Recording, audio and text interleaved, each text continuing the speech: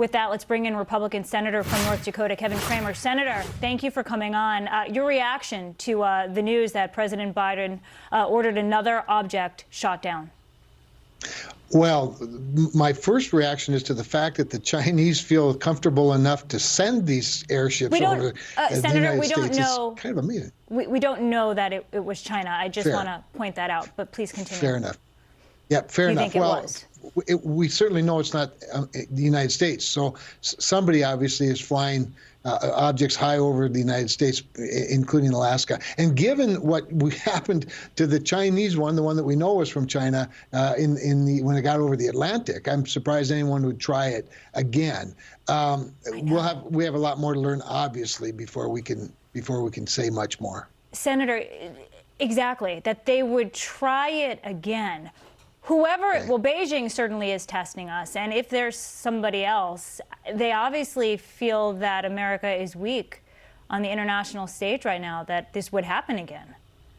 Well, let's face it, Joe Biden's no Dirty Harry. I mean, he talks like him, but he clearly doesn't act like him. And so now all of a sudden he's feeling the need to demonstrate his strength. And today he made the call he probably should have made, over a week ago, at the first sighting of this Chinese air balloon.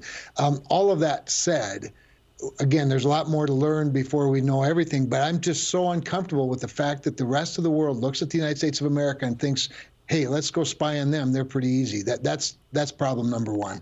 Yeah, if they start for the spy balloon that was shot down in South Carolina, they looked at some of the payload, some of the debris that they were able to recover, and Western parts, English writing on those Western parts, and the Pentagon says they absolutely surveilled Americans. They're spying on us. And look, and then you hear the president in that interview with Telemundo, and he's like, oh, he dismisses it. It's really not that big of a deal. Well, okay, maybe he didn't want to panic us. But if that's the case, another object was just shot down. You have a food processing company with ties to the CCP just purchasing land or trying to, 12 miles from a top military base in North Dakota, your state? I mean, should we be panicked? We should be concerned, and we ought to be smart. And I think we ought to be strategically decoupling from China in many ways. You might recall, Lauren, a couple of years ago, we passed legislation that allowed our oversight board to look at publicly traded companies from China, that some 200 of which trade on stock exchanges here in the United States of America.